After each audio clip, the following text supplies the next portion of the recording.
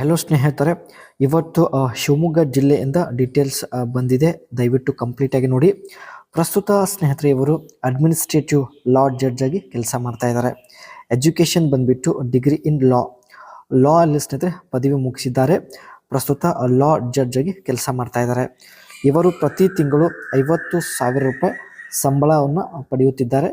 So ಹಣದ ಯಾವುದೇ ಸಮಸ್ಯೆ ಇಲ್ಲ ಸ್ನೇಹಿತರೆ. ಆ್ಯಂಡ್ ಒಳ್ಳೆ ಪ್ರೊಫೈಲ್ ಇದೆ. ನಿಮ್ಮ ಅನಿಸಿಕೆ ವ್ಯಕ್ತಪಡಿಸಿ. ಜೊತೆಗೆ ಸ್ನೇಹಿತರೆ ಇಲ್ಲಿ ಇವರು ಅಡ್ಮಿನಿಸ್ಟ್ರೇಟಿವ್ ಲಾ ಜಡ್ಜ್ ಆಗಿ ಏನೆಲ್ಲ ಕೆಲಸ ಇರುತ್ತೆ, ತಮ್ಮ ಒಂದು ವರ್ಕ್ ಬಗ್ಗೆ ಕೂಡ ಮಾಹಿತಿಯನ್ನು ವ್ಯಕ್ತಪಡಿಸಿದ್ದಾರೆ. Conduct a hearing to review and decide claims regarding issues such as social program, eligibility, environment protection and enforcement of health and safety regulation.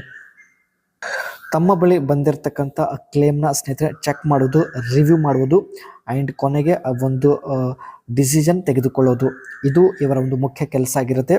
ಅದೇ ರೀತಿ confer with individual or organisations involved in case in order to obtain relevant information, explain to claimants how they can appeal a ruling that go against them.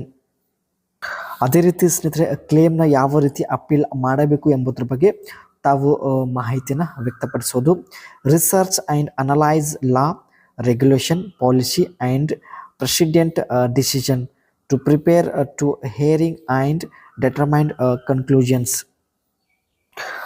ತನ್ನ ಒಂದು knowledge ಸ್ನೇಹಿತರೆ ಜಾಸ್ತಿ ಮಾಡಿಕೊಳ್ಳುವ ಉದ್ದೇಶದಿಂದ ಲಾ ಹಾಗೂ ಪಾಲಿಸಿಗಳನ್ನು research ಮಾಡುವುದು, ಸೊ ಅದ್ರ ಬಗ್ಗೆ ಮಾಹಿತಿಯನ್ನು ತಿಳಿದುಕೊಳ್ಳೋದು.